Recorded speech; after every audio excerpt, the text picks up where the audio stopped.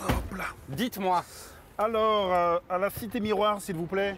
à la Cité Miroir, vous avez de la chance, je sais où c'est. C'est vrai? Ouais.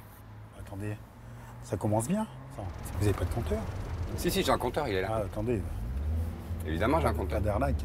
Et comme vous connaissez pas la ville, je vais vous faire faire la route de Shanghai, ouais. comme on dit. Si, vous inquiétez pas, tout est prévu. Ce que Lilian Thuram n'avait pas prévu, c'est d'être champion du monde en 1998, champion d'Europe et recordman des sélections en équipe de France, 142, rien que ça. De même qu'il n'aurait jamais cru devoir prendre sa retraite anticipée à 36 ans pour une malformation cardiaque dont il ignorait l'existence.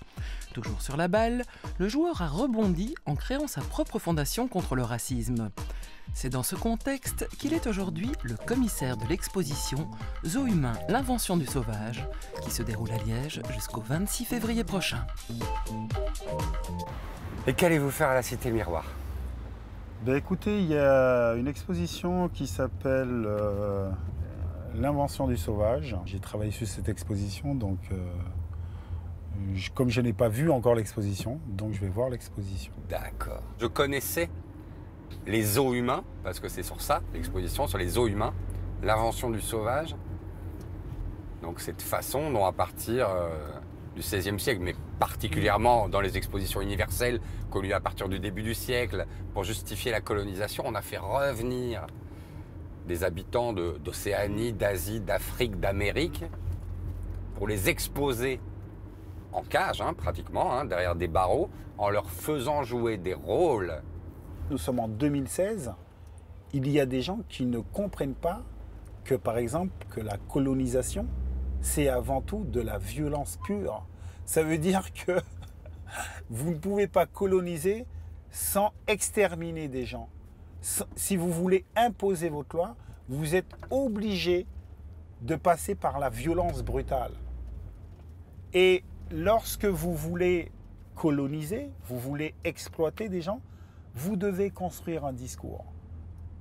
Les personnes qui veulent justement cet appât du gain doivent construire un discours. Et ils vont construire un discours pour emmener les gens à accepter l'inacceptable. Et si on vous construit un discours en disant « ouais, ils ne sont pas comme nous, c'est tout à fait normal, on va apporter la civilisation », vous finissez par croire que c'est vrai. Parce que ceux que vous voyez, c'est ceux qui sont derrière des enclos et vous dites oui, il faut absolument qu'on leur sorte de cette animalité pour qu'ils deviennent civilisés comme nous. Et c'est ça qui est intéressant, c'est cette manipulation de l'opinion publique. Et pour moi, lorsque vous allez à Cité Miroir, c'est réfléchir à quel est le discours aujourd'hui qu'on nous vend. Parce que sinon, l'histoire va se regarder, on va se dire « Ah tiens, les pauvres, à l'époque c'était comme ça ». Non, il faut regarder comment on peut améliorer les choses aujourd'hui. Vous êtes né où, Lilian? Je suis né en Guadeloupe en 1972. Ah, ça vous fait quand même ça? Ah ouais, quand même. C'est quand même... Enfin, en même temps, c'est les plus belles années. C'était fantastique, la Guadeloupe, 0 à 9 ans? C'était juste le paradis. Vous habitez en ville? Non, à la campagne, du plus beau village du monde, je crois. Qui s'appelle? Je suis d'Anse-Bertrand. Et c'était quoi alors votre enfance du coup? Liberté? Alors, mon enfance, c'était aller à la mer quand c'était interdit. Et donc, ma mère me disait, mais tu as été à la mer? Je disais, mais non, j'ai pas été à la mer. Elle me dit, si, tu as été à la mer. Je dis, non, j'ai pas été à la mer. Et je prenais une fessée. Jusqu'au jour où j'ai compris que, en fait, comme la mer est salée, quand vous allez à la mer et que vous avez la peau foncée, eh ben, le sel s'attache. Et donc, il y a une marque blanche. Et donc, voilà. Ce qui était super en Anse-Bertrand, c'est que nous étions éduqués par tout le monde, en fait. Ah, On savait que j'étais l'enfant de Mariana. ah. Et que mes frères, c'était un tel, un tel. Eh oui. Et donc, il y avait par exemple un truc qui était super amusant, c'est qu'on pouvait être là en train de jouer. Et là, pareil, il y a des adultes qui sortent de chez eux en disant « Oh, Lilian, Relique, venez voir.